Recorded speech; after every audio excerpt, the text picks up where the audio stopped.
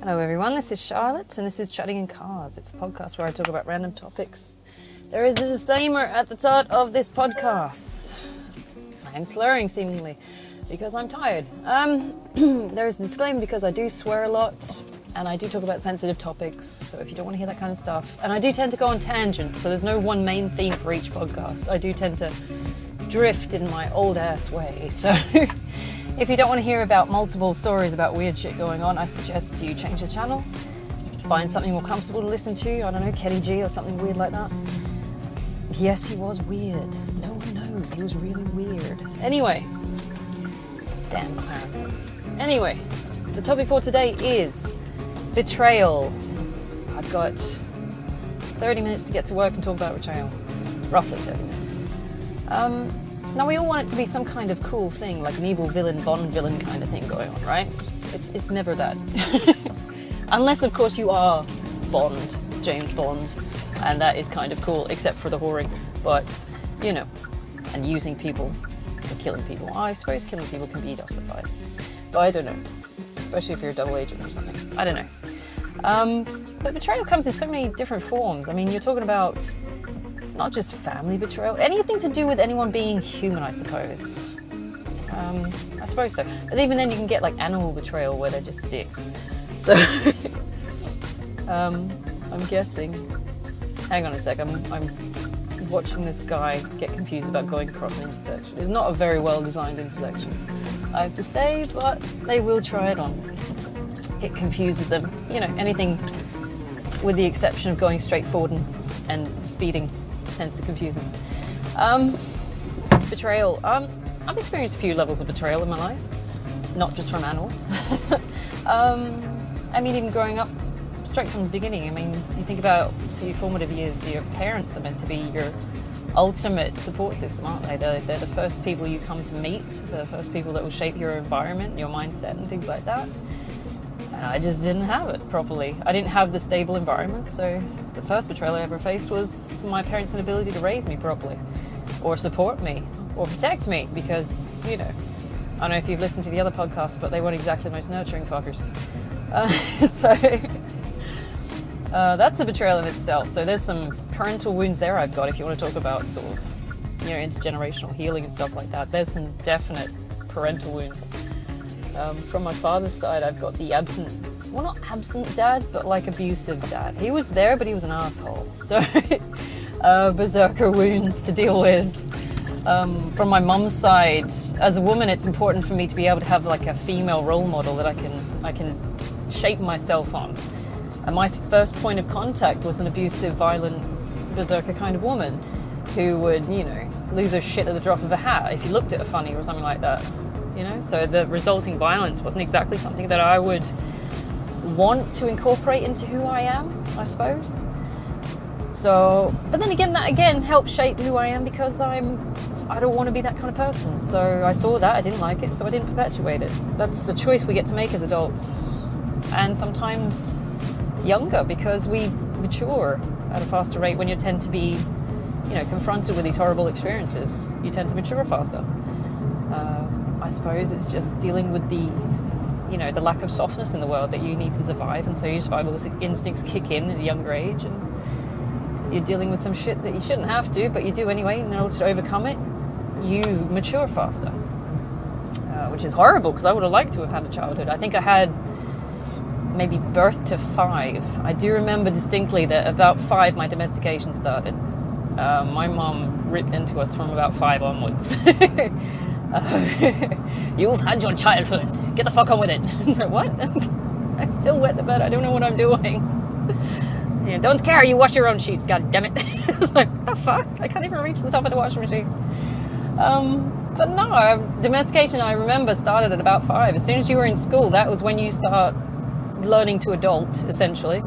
And you had to handle your own shit on your own, essentially. She'll show you how to do it once, maybe, but you know, you either learn from your siblings or you just, you know, you figured it out on your own. My parents were very much a hands-off kind of thing, unless they were disciplining, and then they were very fucking hands-on. You know, it's not exactly the most nurturing, cuddly, fluffy thing. And I'm sitting there watching these like families and parents on TV where they negotiate with their kids, and they're all soft and fluffy and warm, and I'm sitting there going, well, that's bullshit. So that never happens. Who does that? Come on. But yeah, it's an eye-opening experience. I took notes on what everyone else's parents did to them growing up, and I'm like, hey, maybe my parents are cunts. I don't know.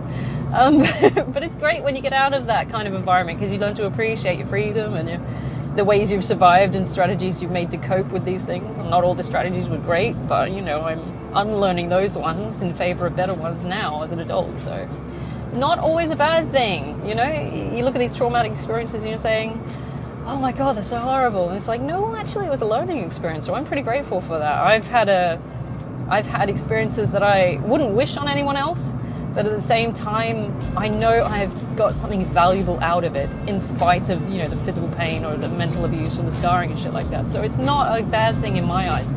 I'm not going for the victim thing. I'm going for the learning experience thing.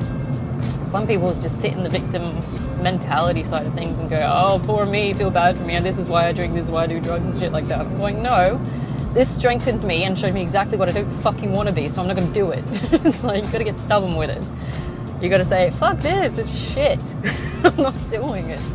And fuck you guys for doing this to me. So, The only thing that I find annoying is the fact that they kept pressing for allegiance. It's like, this is the family. This is your family. You've got to be loyal to this family. I'm going, I ain't fucking loyal to this shit. Fuck you. I'm not doing this. And that's one of the things you get to do as an adult, because you've got your own space, you've got your own money. You don't rely on these people anymore because they've actively pushed you away. As parents, so you're like, fuck you, I don't need you anyway. So, I do associate with them. I haven't abandoned them altogether, but I am hesitant to go to them. I prefer to not. So yeah, I still associate with them. I still see them now and again, but it's them chasing me at this point. I'm not chasing them. I don't particularly enjoy being around them. So and it sounds a bit horrible because you're like, they're getting older now, and you're sitting there thinking it's a sign of maturity to be able to put aside the grievances that you've had in the past and forgiveness and all that shit. And I'm sitting there thinking, I'm doing what feels natural at this point. I don't want to be around you fuckers.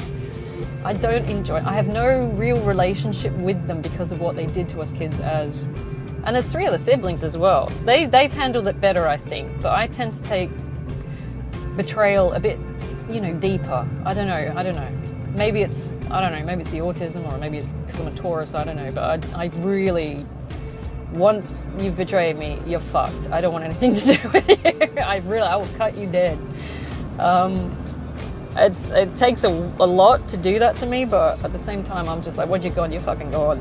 I don't want anything to do with you, which is why I've got an ex-husband who I haven't seen in 4 years, haven't contacted in 4 years, and an ex-boyfriend who I've blocked on every front. I take that shit very seriously. I take betrayal very fucking seriously. I do. I take relationship very fucking seriously. Very fucking seriously.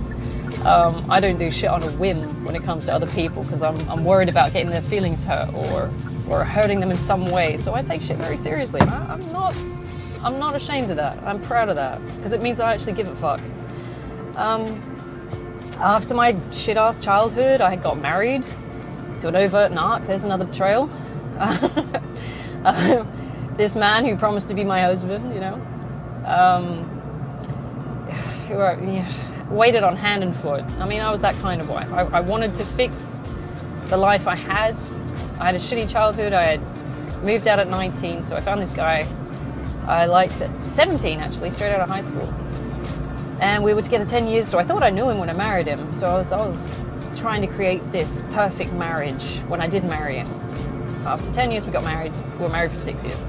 I was trying to create this perfect thing that I had not seen in my childhood, so I didn't really know what I was working with, but I wanted to get it right, because I've never had stability. I wanted stability when it was my choice, my time. Right, this is my turn. I'm going to get it right. I'm going to find this guy. I'm going to marry him. It's going to be great. I'm going to be the perfect wife. I'm going to do everything to the letter and to the book. That's a problem I have. I have perfectionist issues, but that comes from trauma. But and he said, yeah, let's get, I don't know if I pushed him into it, actually. I think I might have pushed him into marriage, but we've been together 10 fucking years. You got to shit or get off the pot, right? 10 fucking years. What the fuck, dude? I'm sitting there going, well, yeah, I can see myself with you for the rest of life. He wasn't a great guy, but I loved him enough to, you know, want to marry him. I was codependent at the time. He had fucked up my self-esteem so much that my ability to see myself as anything but his partner was just negligible. You know, I enmeshed myself in him. I mean, that is the trait of being, borderline personality disorder, but I know I'm not that. So, you know, you do tend to pick one person and become enmeshed with it. It's also a sign of autism as well. Like, you pick one person that's your best friend for life, and it's the ultimate betrayal if they leave. That is a sign of autism as well. You'll find it with autistic kids. They'll pick one person, and as soon as that person starts playing with some other kid, they'll lose their shit. It's like, why is my person playing with someone else? But anyway, I don't know. To me, it's a sign of absolute loyalty when you love someone. I don't know. Maybe it's too much. But honestly, my bad. I think I pushed him into marriage because he told me, like, he didn't believe in marriage or monogamy. So fair play. If he'd have told me up front at the start, I would have been, okay, so maybe we shouldn't do this and shouldn't go through with this. But the fact that he waited 16 fucking years, yeah, that's a dick move. He's like, I don't believe in this. It's like, and then you think back to all the times that you found evidence of him cheating, and you're like, oh fuck, maybe he wasn't monogamous. Shit. How did I not pick up on that? But you wanted to brush it under the rug to make it work because you didn't want to believe that this person was this absolute piece of shit. And I was very naive when he got me. I had very low self-esteem as well, thanks to my childhood, thanks to my teens.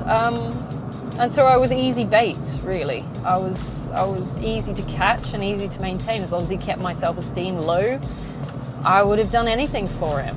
That's the problem. We find ourselves trapped in these environments because, you know, we don't try to stand up for ourselves, or we're raised to be people pleasers. And fuckers will feed off that, and it's horrible because you just want the world to be nice, right? You just want it to be fluffy and nice, and you want to look after people and everyone to just fucking get along, and then you find some piece of shit asshole that exploits that, and there's always fucking one. It's like, even like with social movements like communism, the idea in communism, for example, is that everybody's equal, everybody gets along, everybody's got their own position, it's all valued on an equal level, right? Egalitarianism. But then you always get one fascist fucker that stands up and says, I'm taking over because I know better. And that's what we're doing with Putin right now. You know? It was never communism to begin with. Even in China, they say it's communism. It's like, no, you've got a whole board of people telling everyone else what to do. That's just, it's not communism. It's fascism. It is a dictatorship. But, you know, they keep pretending, oh, it's this. It's not. No one's following the fucking rules. But anyway, that's on a sociological scale, political scale. That's a different conversation. So, the ultimate betrayal for me is adultery. That's, you could, I don't know, maybe you could shoot me, I don't know. But the ultimate betrayal for me is adultery. As soon as you've chosen, and it is a choice to cheat on someone. It's never something that happens by accident. Some people say, oh, it was an accident, I didn't mean for it to happen. It's like, no, you just didn't mean to get fucking caught. That's the only thing. You just didn't want to get caught, because then you could keep doing your fucking games. Or keep fucking around. But he cried. That is the only time he cried I've ever seen in 16 years. He cried once. And that was when I said, I'm leaving and I can't do this. And he cried. And I'm sitting there going, you set this shit up to happen. You knew what I would do if this shit ever arose. We've had a discussion about this before, and you did it anyway. What the fuck did you think would happen, you jackass? It's like, defies logic at this point. How low do you think my self-esteem was that you think I would stay and take that shit? Now that you are openly admitting that you don't believe in this shit, even though I was brushing your shit under the rug for years, trying to make it happen and ignoring all this abuse you were giving me. It's like, you gotta be dumb as a fuck to do that. It's like, what the fuck is wrong with you? You shot yourself there. Not only did you shoot yourself, you shot yourself for years. It's like, it's fucking stupid. That's the ultimate betrayal for me. It's like, you know, Christ, that is the one deal breaker, the absolute deal breaker. I'm trying to make more because I have issues with boundaries, and I don't like creating boundaries because when I'm in a relationship, I want to give everything. I'm an all-in person. I'm all in, I want to build, I want to grow, I want to do all these things, and I want to do everything with them. Unfortunately, I find pieces of shit that don't deserve that. So I'm hoping for a person that's like me at some point will turn up, you know, whilst I'm being introverted and hiding in my house, playing hermit mode and not talking to anyone. eventually they'll find me, right? I don't know. But yeah, adultery is the ultimate betrayal. Some people are cool with polygamy and stuff like that. I'm not. I am a devout monogamist. I cannot fathom how anyone would be okay with being used like that. I doubt severely when people say, I know I'm going to piss some people off saying this, it's like, when polygamists talk to me about, and I have talked to some polygamists because I need to understand what the fuck is happening with these people. They talk about, it's like, oh, we all love each other. There's so many different ways of loving, you all love each other. And then I look at their behaviors and what they're doing, so I'm like, this isn't love, this is fucking convenience. This is just saying, this person's here right now, might as well fuck them. And it all boils down to sex. It's not, or it's some kind of validating of emotions and things like that. It's ego stroking to me. It's, it's social, some kind of social thing where it's like, I can prove that I got this many people. And it's usually guys that call themselves polygamists. I don't find often that I find women that are polygamists. It's always a guy that's like, oh, I can get so many girls. I'm like, whatever, dude. You're coming across as insecure at this point. It's just really insecure. It's like, I can't satisfy one woman, so I need to gather these women to make it look like I know what the fuck I'm doing. It's like, because if I get one or if I get three, then of course all the guys will know, oh, I can get all the girls, I must be good at something. It's a lie. Because I've been in a threesome and it's a shit experience. It's an underwhelming shit experience. So you sit there and you go, I'm bored, what do I do now? So I know for a fact I'm a monogamist. You got one set of junk, dude. All you need is one other set of junk and you're good to go. It's like, don't get greedy. I don't understand it. It just comes across as severely insecure that guys need this many people. Or women, for example. It's like, for me, when I come, it's the same thing. It's like a girl goes around, she needs all these guys just to prove this. I'm talking about like heterosexual relationships. I don't know about bisexual relationships or that kind of way. Give me insight if you want. I am bisexual, but I've just never really had a bisexual relationship. I went from a supposedly straight guy to straight guy, so I'm going, oh yeah. But to me, I see these girls sleeping around and I'm so going, A, you've got low self-esteem, I think. Maybe guys have got the low self-esteem as well. But do you really need all these people to justify your existence? It's like you're just hoarding people. It goes both ways, both sexes. I don't understand. And to be honest, inevitably, someone is going to get attached and it's going to be unreciprocated and someone's going to get hurt. If not everyone getting fucking hurt, or you just get bored, or someone doesn't want to keep doing it anymore, so they leave, and then it's abandonment, and it's just perpetuating traumas and shit like that. So it doesn't feel appealing to me. If you can pick one person, at least then you remove the liability chances, right? You numb them. If it's just one cook in the kitchen, it's not going to fuck up as much as 5 cooks in the kitchen, right? So I don't know, maybe I've oversimplified that. Some people are like, no, it's fine, I got 10 boyfriends, I'm fine. It's like, no, I'm good. I'm happy with one. One's good. I've got enough trauma. If I got 10 boyfriends, that's 10 times the problem. So I'm sticking with one. And then you're all gonna say like, it's just gonna get trauma responses. I'm going, no, I just know the benefit of one person. I'm not greedy. I don't need more than my share. I'm good. I would rather choose one person and pour all of me into that one person than try and spread myself over 10, right? It's like, you guys are gonna get tired, you're gonna be treating them horribly. You're gonna do 10 people half-assedly, let's put it that way. I would rather pick one and do the right thing, do it properly. But I'm the same way in the gym. It's like, I will pick one piece of equipment and I'll do it properly, then I'll move on. It's not a case of me trying to do every bit of equipment in the fucking gym. It's like, I hate people to do circuits. They piss me off because you're hoarding people or you're hoarding equipment, right? And you shouldn't see people as objectified objects, right? These people are not bench pressing machines. These are human beings, I agree. But it's like this one person who's stuck on you because you've managed to form some kind of emotional attachment and keep them latched on is missing who they should be with because you can't fucking let go. Because you need them for, I don't know, their convenient hole or whatever it is, or their ability to keep stroking your egos. Like, you're holding back someone from actually finding the person they're meant to be with, as far as I'm concerned. I could be wrong, other people got different views, of course, you don't have to believe what I believe. But it just seems greedy and it's selfish. And this person might be trauma bonded to you, and they're stuck with you because they don't think they can find anyone else. And really, they should be with someone else who loves them, cares for them, is not just using them for their dick or their snatch or, you know, their ability to stroke the other person's ego. It just feels greedy to me. I don't know. Maybe I'm wrong. I don't know. So adultery is the ultimate betrayal for me. I'm going, you're just selfish on all fronts.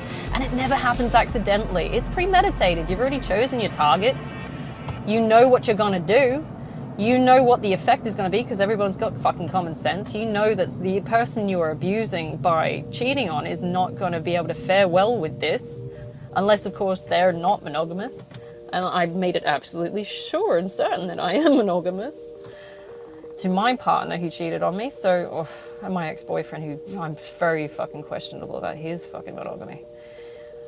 Considering I kept finding fucking stick-on rhinestones around the fucking house and hair clips down the back of the couch. I'm going, you are not fucking monogamous, you prick, are you? You knew what I walked out of.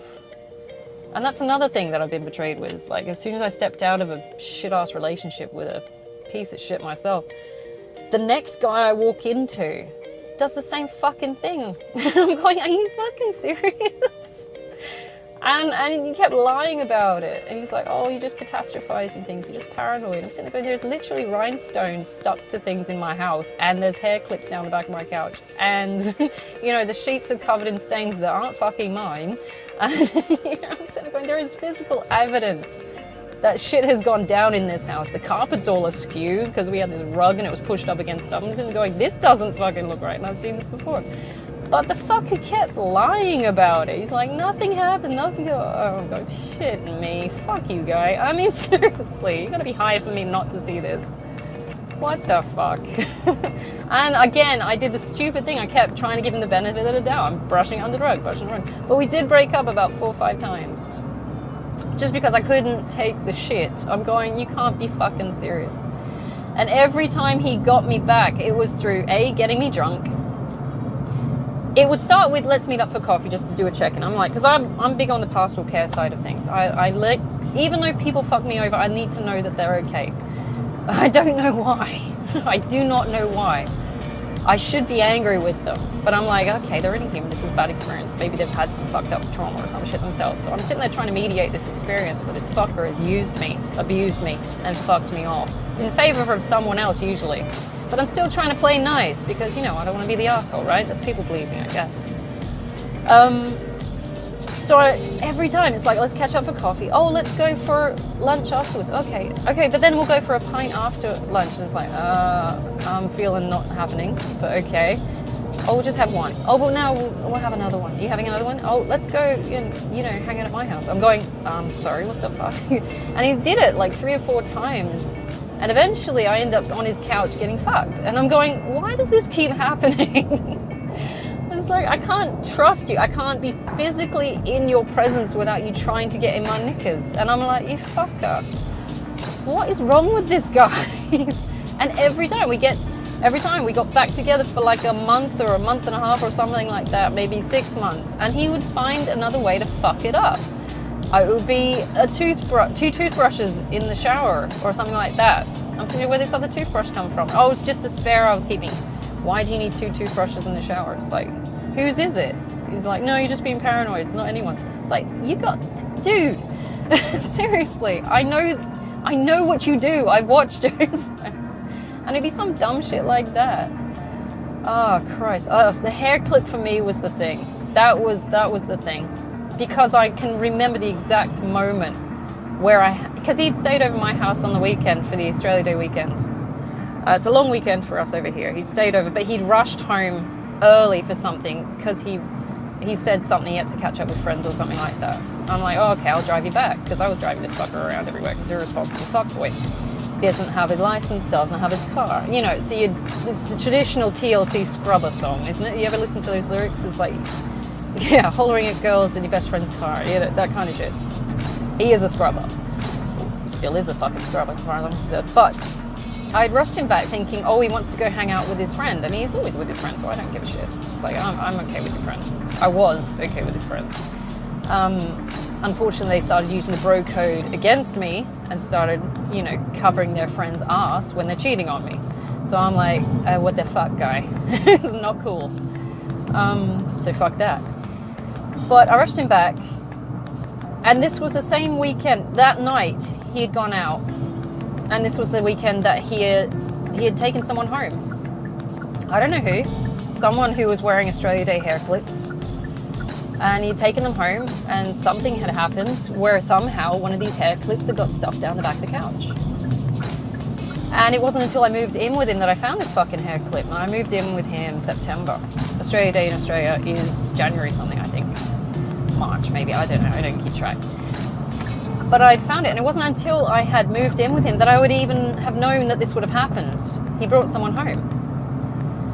And I pulled it out of the couch, and I'm going, what is this? And I confronted him, well, what is this? Where's this come from? Whose is this? Because it's not fucking mine. and he denied, and he said, oh, you're being paranoid. He went dead silent, he stonewalled me. And I'm like, what the fuck is this guy? Seriously, like what? This is just one thing that you do that I don't fucking like. And in a sense, by staying with him, I betrayed myself. Because I shouldn't have. I shouldn't have had to put up with that shit. I kept brushing under the mat and trying to make it work. And I'm like, you fucking prick. And that was the straw. That was the fucking straw. Because it wasn't just him cheating on me. It was all the fucking pettiness and the stonewalling and the never wanting to fucking pay for anything and never wanting to do anything with me and never giving me any kind of emotional support and fucking off to the pub with his friends when I was crying on my own and shit like that. And I'm going, this is a piece of shit. I've seen enough. So from, when did I find that? I found that around about September. And we broke up the following January. Because I have fucking had enough. So September, October, November, December, 3 months later. Maybe 4 months later. It took me 4 months to solidify this I'm out mindset. I'm slow to act. I want to know that I've got the details right. That's the thing. It's like, I want to know the absolutes. So I wait for evidence and I accumulate evidence. And there was other evidence. There was rhinestones around the house. There was hair places. And you're sitting there going, what the fuck, guy? You can't be this fucking stupid. I know you are punching above your weight. Why would you be this fucking dumb? And he was just so fucking arrogant and self-absorbed and assured of himself that he thought he could lie and pull it off. And he's shit at lying because as soon as he starts drinking, shit slips out, doesn't it? So I'm like, I'm slowly, piece by piece, getting this story out of him about, you know, essentially him fucking someone. He didn't say who, but I'm like, you piece of shit. You absolute piece of shit. It's like, fucker. And so when I finally did leave, and another the main thing was like, he had control of all our rental information. All our information came through his email, not me. Even though I was on the lease, it came through him because he was the original renter. So when we got the notice through that we were getting evicted on my birthday, no less, he didn't think he should fucking tell me. So I had all of 6 weeks to find a new place to stay. And we'd broken up by then, and he was giving me the stonewall. So, you know, that's pretty big betrayal. Me being potentially homeless already, again, it's like this is only maybe a year or two later from being originally homeless. And this fucker was trying to on again. And he did it out of spite and pettiness because he didn't want to talk to me, even though this was a pretty important and big thing. He didn't want to talk to me. He wanted me to go to him. It's a control issue as well. I'm going, what the fuck is wrong with you? This is important. We could both be homeless. This is something we discuss, isn't it? You fucking idiot. It's like, no, I want to keep being petty and you have to come to me to talk about it. It's like, it was only because I got a gut feeling that something was off that I even went to him. I didn't want to talk to him because I'm like, I'm over this shit, dude. I'm over your pettiness, your drama, you fucking, ugh. By this I was like, I just want to find my own place and space. So it was a godsend really that we were getting evicted because we were on periodic lease. It wasn't going to last in any case. And I'm like, look, I just want to leave. I just want to leave. I got to get away from you because you're a piece of shit and you're using me. So that was the final straw. The hair clip was the start of the downfall, like the real downfall, besides being treated like shit. So that's the problem. It's like I'm always looking for more evidence of why I should leave. It's like Christ, that fucker, he really got to me. I'm glad that I called him on it. I'm glad that I was resilient enough to know, no, this is not good enough. Christ. But that was the universe intervening, I think. The eviction notice on my birthday no less. It's like compounds the problem situation. It's like, not only is this on my birthday, not only are we getting evicted, but also you are trying to stonewall me and be petty about this whole situation to try and control it. I was like, you fucking piece of shit. And it was like, that sealed the deal. I want nothing to do with this guy.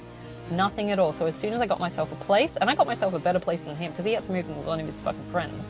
And his fucking friends are idiots, and they're annoying. So karma on you, bitch. I got myself a really nice place, actually. I was very protected there by the universe. She's like, fuck this guy, let's get you a nice place in a nice area, and it's very safe and secure. And I'm like, yes, thank you, I love it. But, you know, I cut him dead. Actually, no, I didn't, because I did my usual thing, and I tried to, you know, pastoral care that, but I didn't meet up with him. I said, if you need to come to me for help or anything, and go through email. And then he tried to figure out where I was living, and I'm like, no, I know why you want that. I'm not letting you know. So I blocked him on every front after that. I'm going, no, I'm ghosting the fuck out of there for my own protection at this point. I blocked the email, I blocked Facebook, I blocked Messenger, everything, phone calls, everything. Unfortunately, we do share a common gym, but I don't think he goes. But, you know, it's the ultimate fucking betrayal. It's like, it wasn't just one, it was again and again and again, and I'm sitting there going, you know what I've come out from when I was divorced, you know what I've come from, why would you do it again? It's like, why would you be that fucking cruel? I don't understand that, and it's just solidified the fact that I'm not the kind that isn't monogamous. It's like, it just solidified that I am monogamous, because it hurts so fucking much that I'm like, I don't think I could do that to anyone myself, because I know what it feels like, and I've had it twice now from 2 different people. I'm going, what the fuck is wrong with you people? Seriously. No conscience at all. Either of them. It was crazy. I'm hoping you guys don't ever have to fucking go through that. It is some fucked up shit. So, and I mean, I've been doing my tarot cards as well, and you know, I've been trying to figure out shit. I know, I'm a bit weird. I love tarot. It's fun. But apparently the guy I end up with has gone through the same shit, and I'm going, well, at least they've got something in common we can talk about, you know? It's like, how did you get fucked over? And it's like, oh yeah. It's like, piece of shit, monogamous. So I'm interested to see how that one unfolds, you know. I finally meet the guy of my dreams and both got baggage, and it's like, great. Awesome. This should be interesting. But betrayal comes in many forms. It's not just simple shit. And it's the ones that are the big things that stand out. It's the big, painful, life-changing, crippling, horrible experiences that stand out. And that's why it's never fucking acceptable. If you're going to be with someone, always be upfront, honest. Keep clarity in the relationship. Keep clarity with your interactions. Be honorable. Because inevitably you will be found out. It does crash everything down. It will send you into a dark night of the soul spiral like a motherfucker. And to be honest, the amount of karmic debt that fucker has accumulated over the last 20 years, I'm not even feeling sorry for him. I really am not. I wish I could. I wish I could offer him the pastoral care, but at this point I can't forgive him, because adultery is premeditated. You have to pick a target, you have to find a strategy and a means to get in there and do it. And then you have to lie about it afterwards, otherwise someone's going to stop you doing it. I stopped in doing by removing access to me, because you can't commit adultery if you don't allow that person to do it to you. I removed myself from the equation. It's like, I'm not doing this, fuck you. I'm not victimizing myself because you're a cunt. Why would I allow that? Excuse my French. I don't think it is French. I think it's very British, that word. I think it's medieval as well. Same as fuck. Fuck is medieval British. But I can't, I'm refusing to lower myself to playing the victim for some piece of shit who took his anger out, or insecurities, or stupidity on me through his actions. I'm not doing this. I'm not taking that stance. I don't deserve it. I never did anything horrible to him. Maybe I should have, I don't know. But it's just some nasty ass shit. It's like, why would you do that? There's no need for it. So my goals, I suppose, for the next relationship-wise is to find someone who's not a piece of shit. I think that's everyone though, isn't it? We all want someone who's not a piece of shit. That's at least the relationship goals. But in general, with regards to being the betraying kind of arsehole, I don't like the mind games. I don't support them. I think absolutely everyone should be upfront and honest. Even if it comes across as being a Karen, fuck it. If it's honest, at least, you know, we've got something, we know what we're working with. People need to be more open and honest about who they are at the start of relationships before they start dragging people on, trying to fake who they are, just for the sake of getting laid. You know, it's a horrible reality. I'm getting dust off my phone. To string someone along like that. And all it was for him was fear of missing out, because he knew it was a good thing. He knew I had a lot to offer, and he didn't want to lose it by, you know, picking someone else, or, you know, losing out on someone else by not picking them. You know, it's sticking to one. There is a chance you will lose out on something, but at the same time, you hope you pick the better person, right? But he wanted all of it. He wanted his cake and eat it too, and he's just a piece of shit. And he lost everything in the end because no one wants that shit. And now he's, you know, having to live with one of his friends. He's got no money and nobody wants to be around him because he's an asshole. But inevitably, that's where it goes. If you act like an asshole, you're going to lose your people. So, honestly, I don't know what to take away from this. Don't be a piece of shit. Don't betray people. Don't play fucking mind games. Be honest. People are human beings. They've all got their own fucking trauma and baggage. We don't want to keep spreading shit on for the sake of you getting a kick out of it. I'm not saying that you, the listener, are actually doing these things, but at the same time, it's like, if you see someone doing it, fucking call them on it. Just call them on it. If you're using the bro code, and I do support the bro code because you should be looking after each other as guys as well, not just as girls.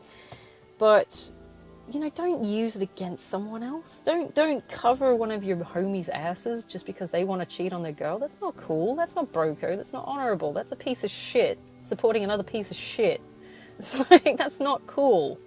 Girls, I don't encourage you to do that either. It's like, don't. If someone's doing the wrong thing, call them on that shit. Don't associate with them. Distance yourself from these assholes. Because not only are they dragging themselves down, they're going to drag you down inevitably too. Because they'll put you on that level where they are going to abuse you too. If they've done it to someone else, they'll do it to you. It's inevitable because you've just created this sort of plane where anything's possible and everyone's a piece of shit. So, and it sounds horrible, but you know, these are the games people play. It's horrible. I don't agree with them at all. I really don't. It sounds disgusting and inhuman. I'm thoroughly disgusted with people that are like that. I cannot protest enough. I'm going to have to leave it there, even though that sounds like I'm leaving on a horrible note, right? It's like, I'm assuming the person who's listened to this is a good person. Maybe you've been through these horrible experiences yourself. I mean, I'm not saying that you would go and do this yourself, but it is an eye-opener, really, to be put through those kind of examples and experiences. And I'll tell you what, you build resilience through it. You strengthen yourself in taking on that kind of experience, and you say, this is not me, this is not what I identify as, and I'm not doing it. It's petty, it's childish, it's stupid. I mean, not even children will do that. I work with kids. They're not that much of an asshole. So I don't know where the mid-ground that's come from. It's not childish, really. Alright, so I'm going to leave it there. It's Thursday. I'm going to have one more podcast, and then I'm having the weekend, alright? Take it easy, okay? Have a great one.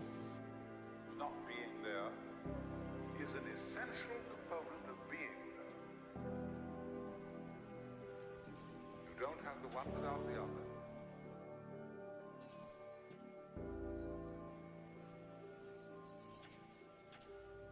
That's the way being is meant.